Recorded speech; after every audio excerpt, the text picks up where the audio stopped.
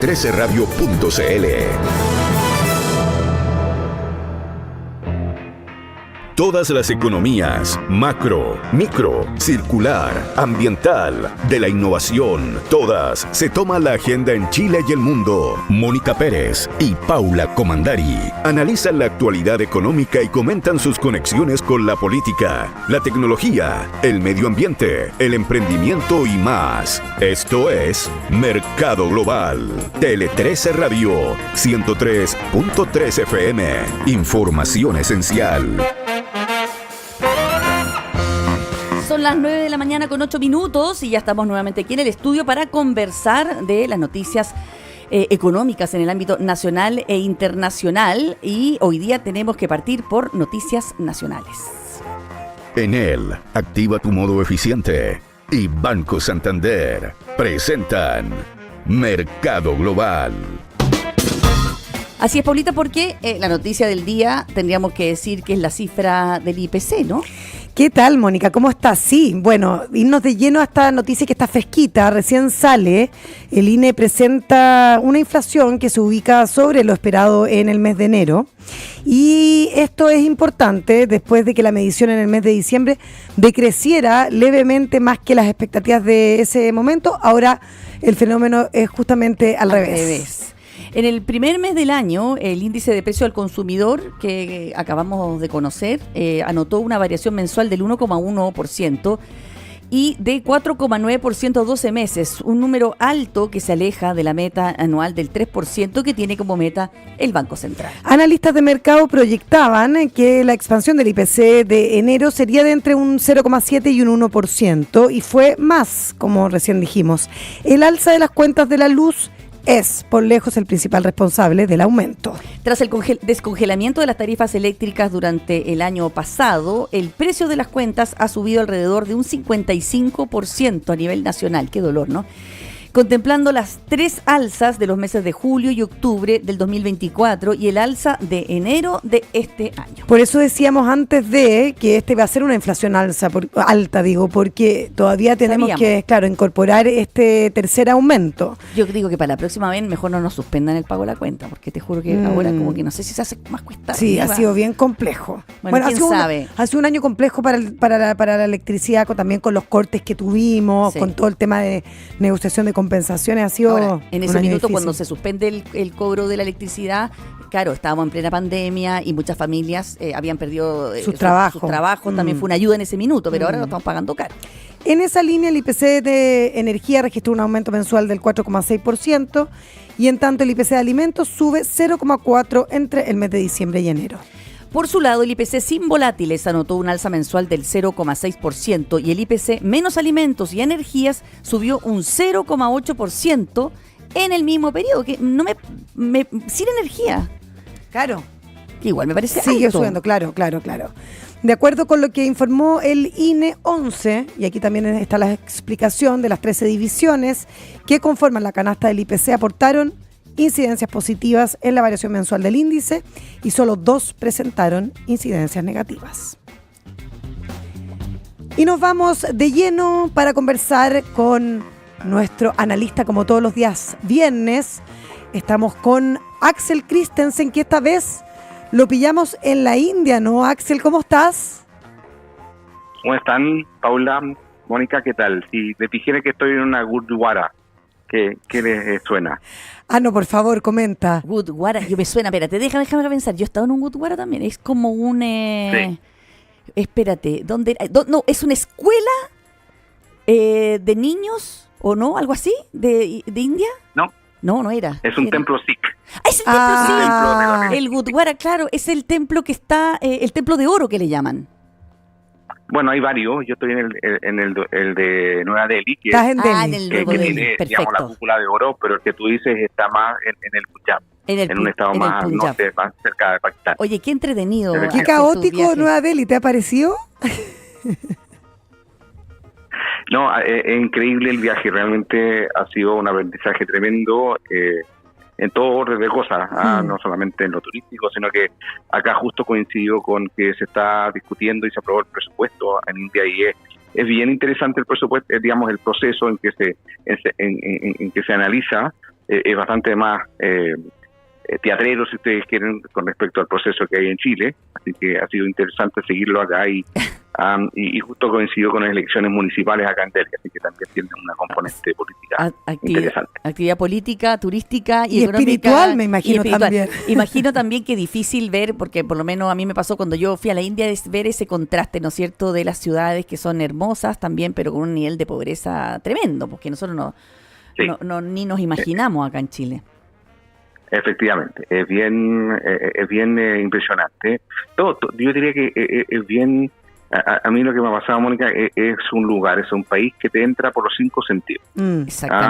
Que lo escuchas, el ruido es constante, la bocinazo, lo hueles, lo tocas, ¿no es cierto?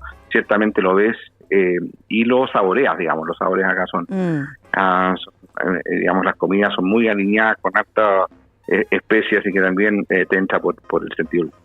Súper interesante experiencia, Axel, y que te agradecemos por lo mismo de estar en este contacto hoy, porque claro, tenemos cifras recién salidas del horno respecto a nuestra inflación, que resulta bastante más alta de lo que incluso proyectaban los economistas, y te quería preguntar cuán riesgoso resulta para la salud de nuestra economía aquí en Chile esto de que, bueno, nos estamos alejando de la meta del Banco Central.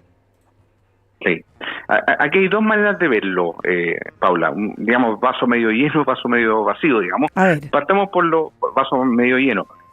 Hace algunos días nomás nosotros nos alegramos que la cifra de actividad en Chile, el IMASEC, salió muy bueno. Salió un IMASEC sobre el 5%. Bueno, en una economía que está activa, el espacio que tienen las empresas para subir los precios es un poquito más holgado frente a una economía que está mucho más desacelerada. Así que una razón de por qué suben los precios es que la economía, la actividad lo permite, deja un espacio y eso es una señal de buena salud. Si nos vamos al vaso medio vacío, digamos, eso significa que una cosa que estábamos esperando, yo creo que todos con bastante, digamos, expectativas, era que cuánto más pueden bajar las tasas de interés y ciertamente si ya la situación externa de incertidumbre, ¿no es cierto?, lo que está pasando con la presidencia de Trump y todo eso es muy incierto, a eso se le suma un panorama interno también con una inflación que creo que es la más alta desde marzo de 2003 a nivel mensual. Así que eso también hace más difícil el camino a que el Banco Central pueda seguir recortando las tasas de interés con las consecuencias que eso trae. Claro, pero eso entonces al mismo tiempo nos va a complicar en términos de crecimiento. ¿Cómo crees tú que debería ser ese manejo? Bueno, el Banco Central, digamos, en ese sentido tiene un objetivo único, el control de la inflación. Claro, el control de la inflación. Exactamente, el control de la inflación es su primer objetivo, así que va a tener que hacer ahí, tomar las medidas que estime convenientes, ya sea un poco poner el pie en el freno, eso ya venía de alguna manera haciendo o anticipando que iba a tener que frenar los recortes que había hecho durante el año pasado. Sí.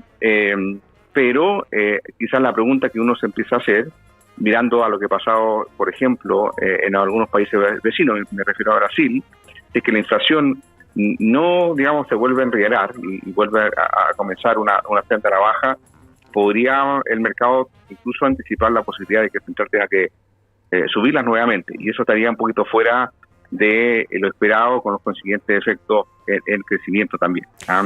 Así que eso sería, yo creo que el riesgo que hoy día se abre con una inflación un poquito más alta y con un panorama bastante incierto, a pesar de que la caída del dólar nos puede dar un poquito de respiro. La caída del dólar nos va a ayudar a que los precios importados, entre ellos la gasolina, puedan estar un poquito más controlados en las próximas semanas, y eso a lo mejor ayuda a que la inflación de enero, en este caso, perdón, de febrero, pueda estar más ordenada y eventualmente volvamos a ver una cifra que se encamina al 3% objetivo del Banco Central. Oye, tú mencionabas... Pero la tarea no es nada sencilla. No es nada sencilla porque el panorama externo es bastante poco claro. No llegamos ni 20 días, digamos, de el gobierno de Trump, y la cantidad de medidas y anuncios y idas y vueltas que han habido está dejando a los analistas muy perplejos. No sabemos muy bien si ajustar las proyecciones o quedarnos tranquilos hasta que las cosas de alguna manera se vayan asentando. Sí, tú mencionabas... Nada de sencillo al comienzo del año. Tú mencionabas, Axel, la palabra, el concepto de incertidumbre, y creo que ese es un elemento que está sobre la mesa hoy. Lo incierto de todo, pero muy enfocado en las decisiones de Donald Trump, estas como erráticas decisiones que está tomando. Y en ese sentido te quería preguntar bien cómo lo están haciendo, cómo lo están mirando, cómo lo están trabajando desde, bueno, BlackRock, el administrador de activos más importantes del mundo, y cuán riesgoso es para la economía mundial alguien que actúa de esta manera, que como dices tú, echa marcha atrás los mismos planes que él anuncia días previos. Es una cosa muy delicada, ¿no? Sí, es complejo. Ciertamente lo que intentamos hacer, Paula, es ir preparando distintos escenarios. Por ejemplo, en lo que ha pasado con la política comercial de Estados Unidos, hemos de alguna manera corrido simulaciones contemplando, por ejemplo, un arancel universal parejo de 10% para todas las importaciones, y después un caso un poco más extremo que es aplicar un adicional, en este caso hacia las importaciones de México y Canadá, hasta un 25%, y ver con esos dos escenarios que nos da en cuanto al arancel promedio que pagan las importaciones de Estados Unidos, y con eso empezar a proyectar posibles escenarios de inflación y de crecimiento.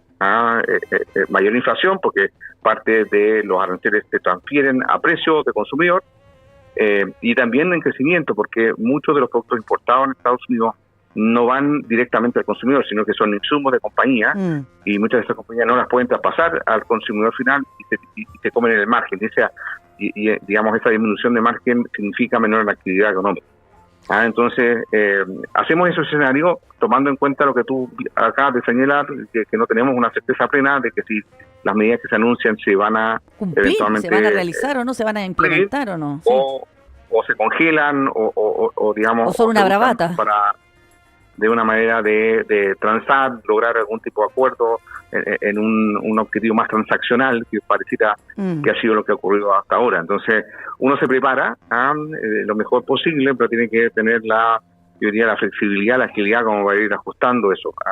No es nada de una tarea sencilla, porque entre otras cosas se hace difícil tomar decisiones, o sea, ajustar las recomendaciones de inversión, tu cartera de inversión, con todo este ruido, aunque no lo crean, digamos, a veces la mejor estrategia es no hacer nada hasta que uno confirme que alguna de los posibles escenarios ya se vislumbre que efectivamente tenga lugar, y no anticiparse, porque podría uno después tener que, en el fondo, reversar las acciones que uno tome. Así que hasta el momento no hemos hecho ajustes importantes en cuanto a recomendaciones de inversión. Comenzamos el año con una propuesta un poquito más positiva en cuanto a la posibilidad del mercado accionario, pero estamos atentos a tener que corregir eso si es que alguno de los anuncios en política comercial, también lo que ha pasado con el gobierno de Estados Unidos, ahí Elon Musk ha estado ahí con la tijera podadora con bastante firmeza, como también eso puede incidir en otras variables financieras y económicas de Estados Unidos. Oye, Axel, te quiero traer yo un poquito de vuelta a nuestro país. ¿Cómo deberíamos entender los números récord que está mostrando la bolsa chilena? A ver, yo creo que a la luz de mejores expectativas de los resultados de las empresas, o sea, yo me imagino que parte de la conexión entre IMASEC y resultados corporativos explica, digamos, por qué hemos visto un repunte. Creo que también se puede deber a que algunos inversionistas están proyectando una elección favorable a un conglomerado más proclive, digamos, si tú quieres, a una economía de mercado en relación a la alianza actualmente en el gobierno. Así que, digamos, por quizás hacerlo un poquito más simple el análisis, yo creo que van de la mano de estas dos cosas. Mejores expectativas de resultados de las compañías y otro lado también un cambio respecto a lo que podría ser el entorno regulatorio, quizás un gobierno más proclive a políticas pro crecimiento podrían motivar a esa alza, Mónica, pero la verdad es que el tiempo dirá, porque hay otros factores. Acabamos de hablar del tema de tasa de interés e inflación, y ciertamente la incertidumbre a nivel global que podrían afectar ese buen desempeño que ha tenido la bolsa estos últimos días. Sí, en ese sentido te quería preguntar, Axel, si a ti te preocupa, como chileno sobre todo, el que estas decisiones erráticas de Donald Trump al final puedan llegar a Chile también. Estoy hablando del cobre, pero también de sus decisiones que igual pueden marcar inflación acá en Chile también. O sea, obviamente que preocupan porque tienen esa incidencia que tú mencionas. Lo importante también es verificar cuál es el impacto relativo a Chile con respecto a otras economías. O sea, si es que Estados Unidos decide aplicar una tarifa, o sea, un arancel parejo del 10%, eso es diferente a que aplique un arancel específico al cobre, a que podría perjudicar a Chile más, digamos, de manera más directa. Entonces, uno presta atención también cómo es un poco el efecto relativo de las medidas que pueda tomar Trump en relación a Chile con respecto a otros países. ¿Qué tipo de salvaguardas podríamos tener en el sentido de que el cobre es un producto que Estados Unidos necesita y a mi entender Estados Unidos no produce suficiente cobre o lo hace a un costo muy alto como para que Estados Unidos así como así digamos pueda aplicarle un arancel muy importante? Así que habrá que estar atento a cuál es el efecto general. Si es algo 10%, obviamente afecta, si es universal, como les mencionaba, porque eso podría incidir en que la inflación en Estados Unidos suba y con eso la tasa de interés, que nos puede afectar a nosotros, entre otras cosas por el dólar, y también podría afectar el crecimiento de Estados Unidos, que a su vez obviamente afecta el crecimiento global y con ello con el crecimiento de nuestro país también. Oye, Axel, tenemos que ir cerrando, pero antes de despedirnos te quería preguntar por el tema de Gaza, propiamente tal, y cuánto puede afectar un sector rico de la economía como el Medio Oriente, el que esté este conflicto y esta amenaza para la economía mundial, por supuesto. Yo creo que eso es difícil que los propios republicanos, yo he visto algunas declaraciones que ven muy poco, digamos, viable ese tipo de situación. O sea, pensar desde lograr una desocupación completa. Da la impresión de que el presidente Trump lo que propuso era casi hacer una especie de riviera en medio, ahí en la ribera del territorio de Gaza, sin los palestinos, ubicarlos en alguna parte. No sé con qué presencia militar de Estados Unidos. Son todas cosas que... la Casa Blanca salió a decir que con ninguna presencia militar, pero como muy raro que lo haga sin presencia militar. Claro, ¿cómo lo hace? Sería, digamos, un poco, digamos, difícil que eso se lograra, ¿no es cierto?, cimentar sin algún tipo de protección, entre otras cosas de personas que a lo mejor van a querer reclamar territorios que son suyos. Pero creo que podría servir de ejemplo, Mónica, como el gobierno de Trump como que lanza estos como globos, ¿no es cierto?, a ver cuál es la reacción, después los retira, así que no tienen tanta aceptación, y otros que a lo mejor pensaba que eran controversiales, pero por ahí no genera tanta reacción, digamos, permanece con ellos. Yo creo que en estos días en que ha vuelto a la Casa Blanca, ha habido varios de este tipo de episodios. Lanzar algo, a ver cómo qué provoca, y eventualmente después ir ajustando, digamos, y como una especie de prueba y error. Digamos, vamos a tener que acostumbrarnos a eso quizás, pero es la manera en que quizás él, a diferencia quizás de otros presidentes que eso lo hacen en un ciclo interno un poco más, de manera un poco más discreta, él prefiere hacerlo abierto y a través de redes sociales. Muy bien, muchísimas gracias Axel Christiansen, nuestro comentarista de los viernes, economista de BlackRock. Que sigas disfrutando tus vacaciones, sigas disfrutando ese viaje por India, y muchísimas gracias por conversar con nosotros. Que estés muy bien. Que estén muy bien y buen fin de semana. Un abrazo grande para ti, Axel. Muy buenos días.